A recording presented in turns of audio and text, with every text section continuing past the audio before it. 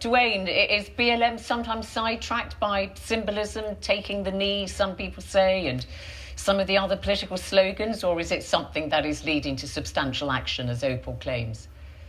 No, far from substantial action. These symbols, likewise pulling down statues here in the UK, they have no impact on the issues you face in your everyday life. Like, BLM was politicized in the US as a strategy to remove President Trump, and then was pushed around the world by the media. But in direct answer to Blessing's question, we must not allow our emotions to dictate our responses and our conscious thinking.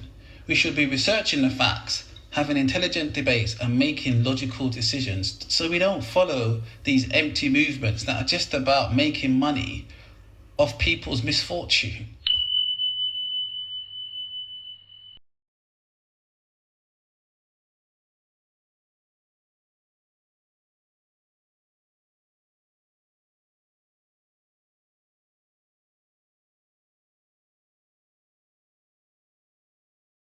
Are you saying that BLM is just an empty movement that's making money out of people's misfortunes?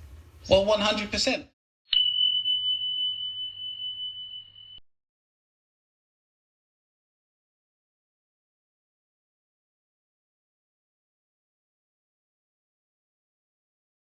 So let's look at what have they just achieved. say that to Opal. Don't say they. You've got Opal, Tometi, co-founder of BLM, on the line next to you. So just put it directly to her then, if that's the allegation you're making, because that's a pretty strong statement.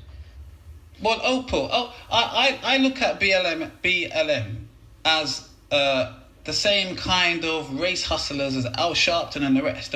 You just fly down on people who've had misfortunes in their life or tragedies in their life, and you make money off that. That's what you're about.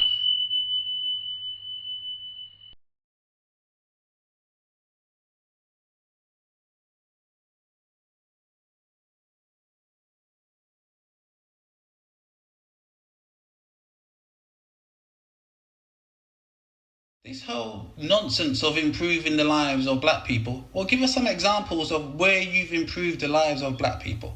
Where in the world? All around the world, in fact. And I think that you know that. I actually think you know that. No, I don't.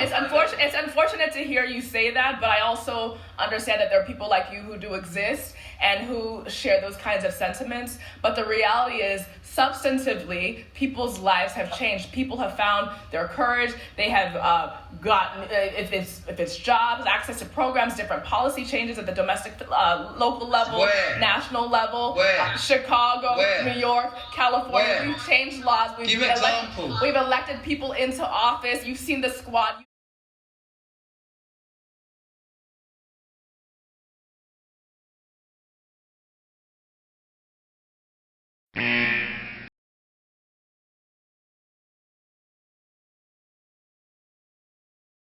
Exactly what we've done here, but also in other parts of the world. And I don't think it's a small thing for people to go to the streets, to take action, to call out their governments. We have to have the cultural movements. The emotions are important. The ability to know right from wrong and have a cultural understanding in order then to have the policy changes come next, right? So those things have to happen. You don't have one without the other. And I would argue we've seen many, many changes, both from the policy side, right? I just told you. What policy changes?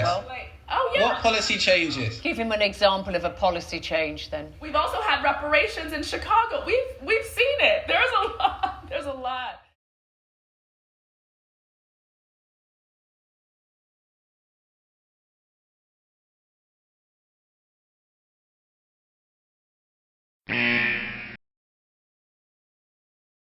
Well, we have no evidence of that. Well, where's the evidence? Because those are political decisions. So where's the evidence that BLM made that happen?